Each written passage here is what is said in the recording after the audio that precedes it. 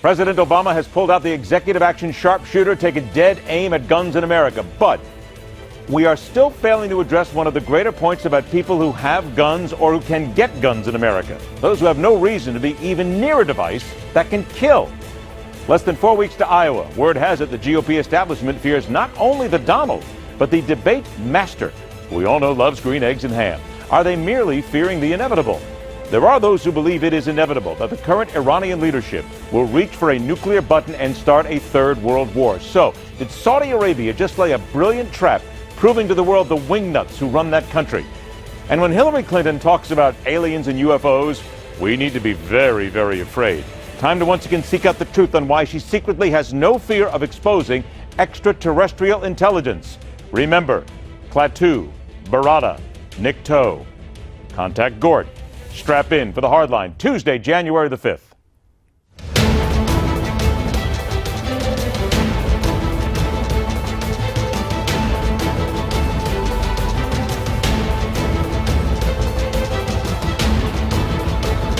From high schoolers at Columbine and from first graders in Newtown, first graders, and from every family who never imagined that their loved one would be taken from our lives by a bullet from a gun. Every time I think about those kids, it gets me mad. President Barack Obama cried during his White House press conference Tuesday when the subject turned to the killing of children in Sandy Hook, one of the many mass shootings he and others cite as the need for desperate measures when it comes to gun control in America. There is already widespread support on any and all sides that something needs to be done.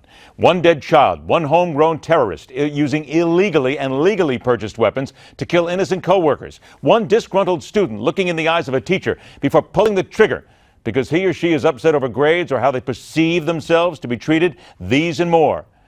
They're all one too many. One facet of the gun control issue that is never far from logical thinking is that of mental health. The distinct possibility that someone who is not in a steady frame of mind will decide to lock and load. Which brings us full circle back to Sandy Hook. It is that issue and a facet of the Obama action that has raised eyebrows and warning bells, because it deals with breaking a sacred rule of doctor-patient privilege. This and much more. Let's welcome to the Hardline. He's a Pennsylvania attorney considered a national expert in firearms law, recognized by the National Rifle Association with their Defender of Justice Award, Jonathan Goldstein. Joined by a counseling psychologist with Emergence Psychological Services in St. Louis, Dr. Jameca Falconer. I want to thank you both for joining us, and this is a facet of this discussion that I think has received far too little attention here in the last 24 hours. First of all, let me come to you, John, and this comes down to what is part of this new Obama edict, a rule that enables healthcare providers, doctors, to report the names of mentally ill patients to an FBI firearms background check system. Is it not fair to say that this is overdue, this is necessary where we are right now? So is the question you're asking, is it overdue that we further compromise the rights of the mentally ill in this country? No, is it further overdue that we make sure that the mentally ill cannot get their hands on weapons? Well, first of all, the current law is that the mentally ill can't get their hands on firearms. That if you've been involuntarily committed to a mental institution, you can't get your hands on firearms. So we've struck a proper balance on this in many ways. There's more work to do, but this is not the way to do it.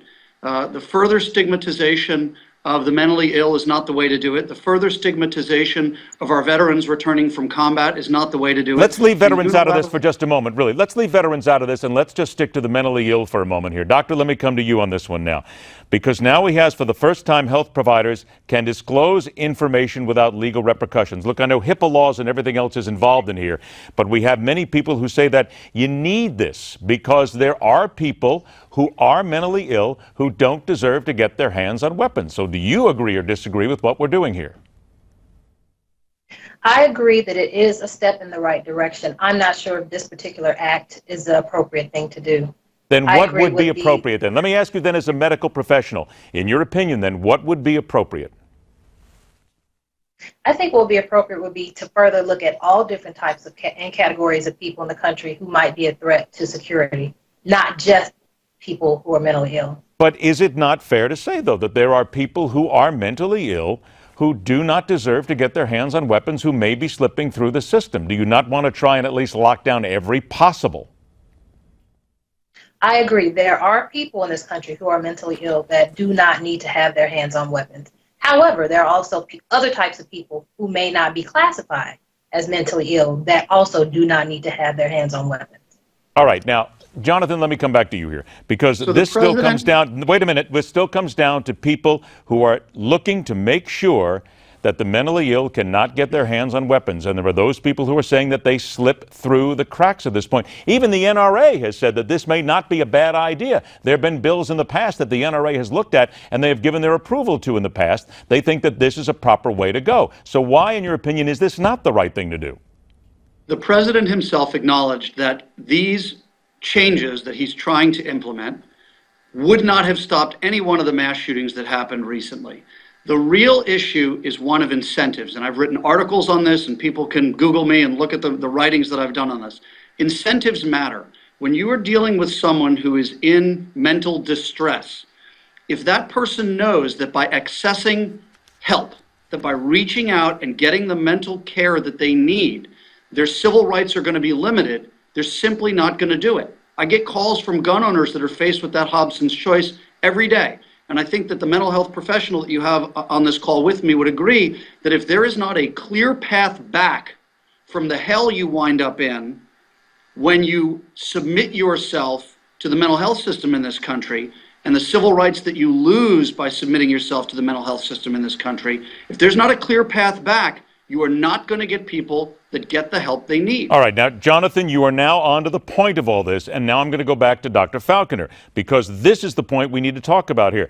Dr. Falconer, when people come and a doctor looks at someone and they decide that someone has a mental health issue, are we not going to get to a point where eventually someone who may have a mental health issue, and again, we're all supposing it, but someone who wants to get a weapon, someone who doesn't want doctors to know, someone who doesn't want the FBI to know, they're not going to come to you as a medical professional, and they're not going to be honest with you from the very beginning, correct? That is correct. That is one of my main concerns about the whole plan. I'm worried that patients won't come to see us and be forthcoming and be honest about what their real issues are for fear of repercussions. And that's going to be a really big issue in my profession. So then how dangerous is this, doctor, when it comes down to dealing with the mental health community? And we all are sitting here and we all want to be respectful of people who have a medical condition. We want to get them the right treatment. We want to help them. So then what the president has done right here, has he not basically just put up a large wall in many ways to people who have mental ailments, saying, look, I'm not going to tell anybody because now the government knows. And when the government knows, my employers know, everybody knows across the board. He has put up such a wall. But Dr. Falconer, let me come to agree. you on this. Let me come to you on this right now. Isn't it fair to say that that's what he's done? So he is wrong in going after this from a mental health state, yes? I can't say that he's wrong. I think there were some steps that needed to occur. I'm not sure if this is a correct step because there will be some issues that will occur because people will not be forthcoming with issues that they need to be. They will not seek out help because again, the privacy is going to be at stake, and that's always been a big issue in this country. It's always been a stigma with mental illness, and this will not help that stigma. So, Jonathan, has the president just muddied the waters here? Is that all he has done? Maybe this is just something that he's putting out there to make it all seem like he is doing the right thing and the best thing for America, yet in essence, he's basically just obfuscating?